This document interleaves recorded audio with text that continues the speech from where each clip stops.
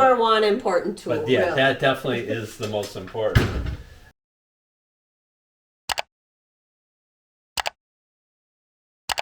I am here to let you know that building a van is not that difficult, and Bob and I want to demystify the misconception of how difficult van building can be. So here we go. So based on what Gabe was saying, we want to demystify how hard it is to build out a van.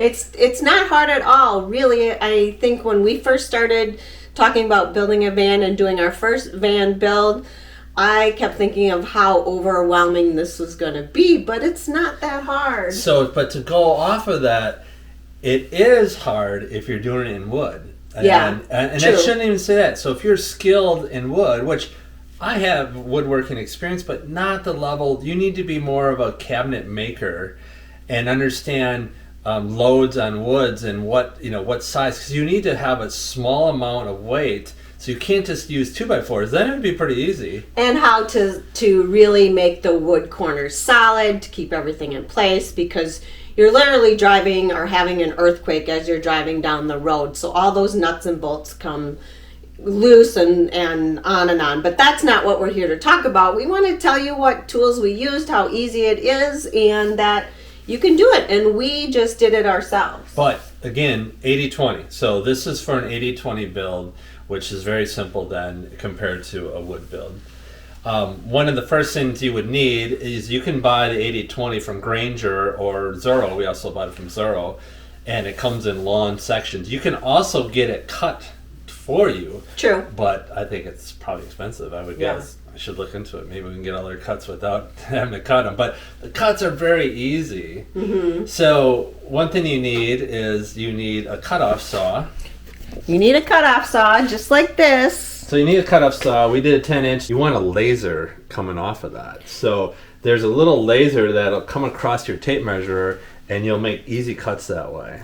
And it doesn't have to be a super expensive one. It can be a halfway decent one, but the key and the thing that makes it really easy is the laser. So yeah, so the laser helps greatly. We did not have that on the first build. We have it on this build with Alex and Aaron. But you're $125 for the cutoff saw. The blade, you want a blade that handles aluminum. This was $50 by itself. So the blade, but it's worth it. You need to get a good blade on there. And then so you just a cutoff saw, easy. Yeah. So that's a big piece of it because you cut off. But with the MakeCAD, you're just cutting. It's pretty easy. Next up, what other tools do we need? Well, one thing is because the MakeCAD program will produce your cuts for you, you need a metric tape measure. Very good point. So instead of having an imperial, 5/8, 3/16, whatever, it's too hard with the MakeCAD cuts. Instead, if you have a metric tape measure, then you can see, 30.5 or 35. Which is a lot easier for me because I'm often measuring going, okay, 2 marks past the half, which is, so that makes a huge difference. Yeah, so in MakeCAD, you can design in imperial, inches, feet, whatever you're comfortable with, and at the end you can switch it to metric, and that way your suggested cuts will come out and you can cut those using metric. Much easier, super easy, and extremely helpful. So another thing you need, normal tools.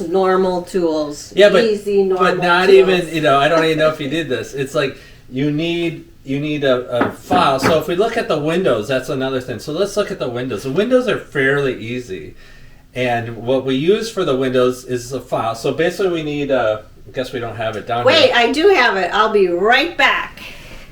I'm back. So windows are fairly simple too. And I'm not suggesting it for everybody. We put in windows, some of them are clamp-ons. So if you get the CLRs, I think they're clamp-ons. And then they're usually awning windows and such.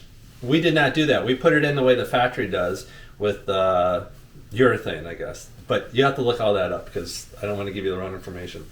But basically what you do is you take a drill, you drill a hole in the window, or let's back up a second.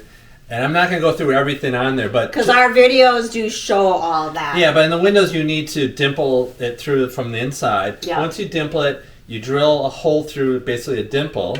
So obviously you need a drill and you need some drill bits. Yeah, and bigger than that one. And then what you do is you use this, which is a metal shear, which this is like $25, maybe Tin maybe can 30. opener. Yeah, tin can opener, and you run this along your dimples that you did on it. It just cuts it out. There's no shavings. It just it curls the metal on the top. It's very simple. So, and that is in our other videos. Yeah, so if you use a jigsaw, it's going to bounce. It's going to have shavings, all that. So loud. This is super easy. Yeah.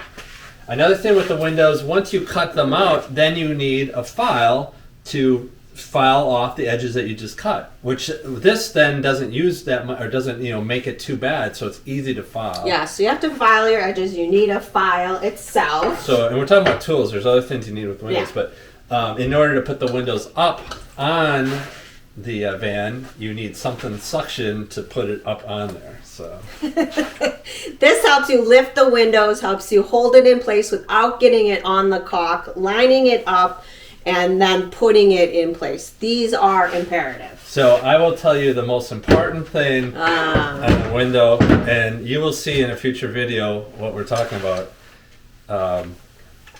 All but one window went superb. One window did not go superb because we did not have Ryobi. This one. We had another one that I got off Amazon because they didn't have these in stock. Yeah. Well, it did not push correctly. No. So it.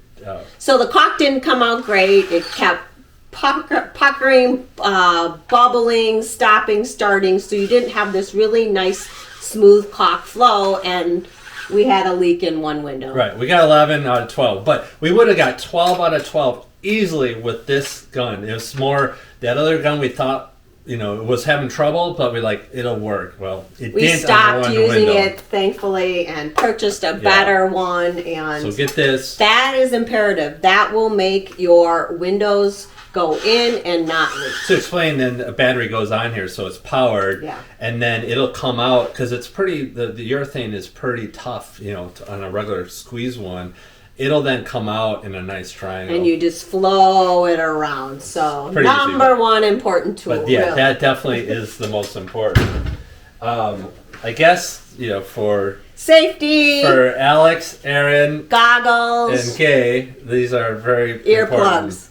I did not wear these, but I guess if you're sitting cutting, I think I did when we did our build. Yeah, when we did our build, we did use them, but he didn't do any cutting, and so we used earplugs.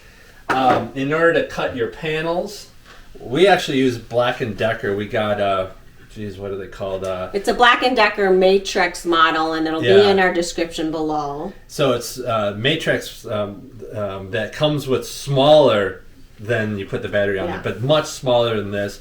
This isn't bad, but this one's a little hard to hold. But you want to go with something small because that way you can lean over and still be safe and stuff, but not have it kick back on you like something like this would. The great thing about the BLACK+DECKER tool, it comes with a natural drill set, and then you can order pieces that snap in and off of the drill handle itself. So for ours, we got the hand saw, the skill saw, we have the drill, and we had a jigsaw attachment. Right. And we also then have you can get a sander, the saw or the saber saw. You can get a whole bunch of attachments. All this stuff. But they work great. It doesn't need a ton of power. It's so handy, and we actually carry that on the van. Yes, on the van, and the circular saw is only this big. It's really small. And I use it. I can lean over things. I'm not worried about kickback. I'm not worried about being heavy. So I have no fear or problem using those tools either. So a key thing, because you'll be using them all the time, is Allen wrenches. But not this. This is what we did on our first build, but we learned. So on the build that we're currently doing, we bought basically a screwdriver with the Allen wrench head on it. So that way, instead of holding this, which our fingers actually got pretty sore, because on our first build, we put it basically all together and then took it all apart and Loctited it all and put it back together. We're a little smarter this time. We know a little bit more. But this saves your fingers. It's super easy. So get 2 of these, or we only needed 2 of these. I think we needed a, I don't know for sure. I think a 2 millimeter and a 4 millimeter. But basically you only need 2 of them for the 80-20. Allen wrenches are imperative on the 80-20 build with all the connectors too in different sizes. So and get a screwdriver. Get a screwdriver Allen wrench. Is that it? That's it for the tools that we used. I mean, how easy is that? All of that is not expensive at all. No, and so everything ordered, because we were in Italy, ordered it all to our son's place and on Amazon. Fairly, not that many pieces and parts, and then you're kind of set. And now depends on how you do your build for the electrical stuff like that, and the diesel heater. You might need like a hole saw, stuff like that. But a Home Depot run gets you all that. Yeah. So I think the number one thing too is staying on top of the game, ordering stuff ahead of time. Get your tools first. Get your windows ordered. Get all that stuff ordered, prepared. And I think the other take-home message, which we've talked about in other videos, is order more than you need and then send it back. Yeah. So the bonus with Grainger and Zorro, but Grainger is super easy because they're local. And Amazon. outlets. Yeah, and a lot of times you don't know how many connectors you need. So the idea is order a lot more than you think, and then it's all returnable, and you send it back. But it's fairly easy. Like Gay was saying, right now with the supply chain being all messed up, just order early. But we only had basically a month from buying the new van to building. And we have everything we need to finish what we're doing. And our previous van, like we told you, we built that out in 6 weeks, and that was just us 2. So this is something that can be done. Don't be afraid to do it. Make it simple as possible. It can even probably be done simpler. It depends on how much detail you want, how much finishing you want to do, but we wanted to demystify the complicated process and all the extravagant tools that you're thinking you need, or this extravagant workspace. In basically a week's time, we're going to have Aaron's van livable, without electrical, without the plumbing or whatever. But you can make that pretty simple. Correct.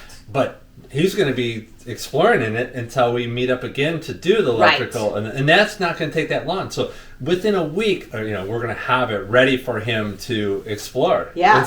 And it's going to be nice, and it's going to have a bathroom, and it won't have everything finished, but enough to go live aboard or to explore. Take it out on weekends and explore. Yeah. So I hope that helped, guys, because you too can build a van. So keep watching our next video, because we are doing the continuation of the van builds between we still have a bunch to do. Alex and Angela's van and Aaron's van. So we have several more days left of Vanapalooza. So give us a thumbs up, hit the subscribe button. And we'll see you in the next video Tomorrow. Have a good day.